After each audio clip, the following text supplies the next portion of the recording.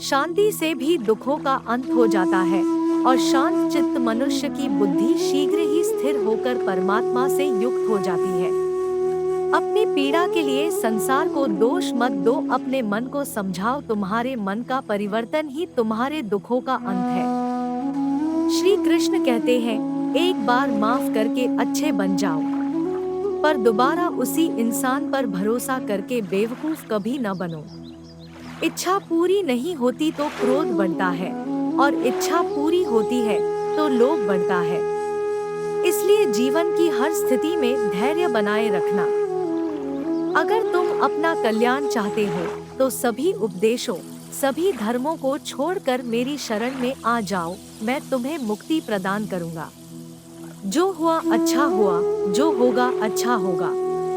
स्वयं को मुझ पर छोड़ दो, अपने कर्म पर ध्यान दो। कर्म ऐसा जो स्वार्थरहित पाप रहित हो।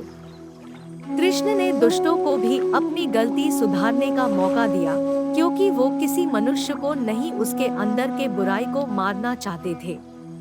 संदेह की स्याही से संबंध के पृष्ठ पर कभी शुभ अंकित नहीं होता, इसलिए अपने मन के विचार और संबंधों का आधार दोनों ही शुभ रखें। मोहग्रस्त होकर अपने कर्तव्य पथ से हट जाना मूर्खता है, क्योंकि इससे ना तो तुम्हें स्वर्ग की प्राप्ति होगी और ना ही तुम्हारी कीर्ति बढ़ेगी। इस भौतिक संसार का यह नियम है, जो वस्तु उत्पन्न होती है, कुछ काल तक रहती है, अंत में लुप्त हो जाती है, चाहे वे शरीर हो या फल हो।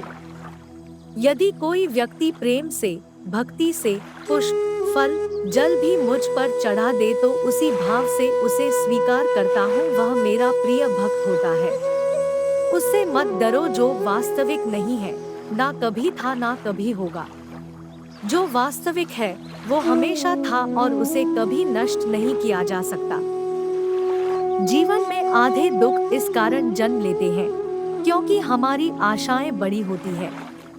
इन आशाओं का त्याग करके देखो, जीवन में सुख ही सुख है। अपने परम भक्तों, जो हमेशा मेरा स्मरण या एकचित्त मन से मेरा पूजन करते हैं, मैं व्यक्तिगत रूप से उनके कल्याण का उत्तरदायित्व लेता हूँ।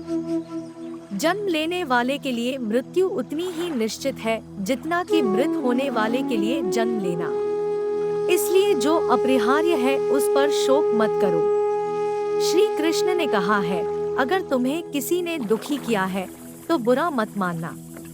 लोग उसी पेड़ पर पत्थर मारते हैं जिस पेड़ पर ज्यादा मीठे फल होते हैं। अंतकाल में जो मनुष्य मेरा स्मरण करते हुए देह त्याग करता है, वह मेरी शरण में आता है।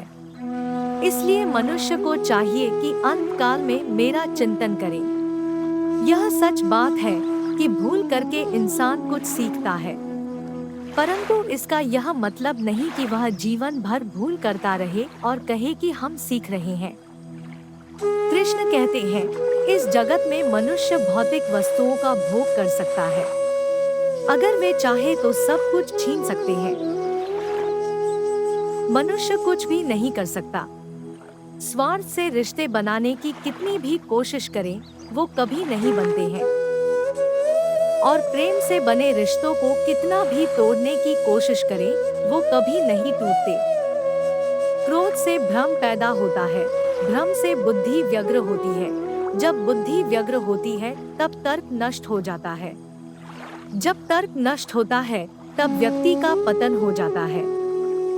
आत्मा न तो जन्म लेती है, न कभी मरती है, और न ही इसे कभी जलाया जा सकता है, न ही पानी से गीला किया जा सकता है। आत्मा अमर और अविनाशी है। अगर व्यक्ति शिक्षा से पहले संस्कार, व्यापार से पहले व्यवहार और भगवान से पहले माता पिता को पहचान ले तो जिंदगी में कभी कोई कठिनाई नहीं आएगी। विषयों का चिंतन करने से विषयों की आसक्ति होती है। आसक्ति से इच्छा उत्पन्न होती है और इच्छा से क्रोध होता है। क्रोध से सम्मोहन और अविवेक उत्पन्न होता है। कृष्ण कहते हैं, जैसे प्राणी अपने पुराने कपड़ों उतार कर फेंक देता है, नए को धारण करता है, उसी प्रकार यह आत्मा पुराने शरीर से त्याग करके नया शरीर प्राप्त करती है।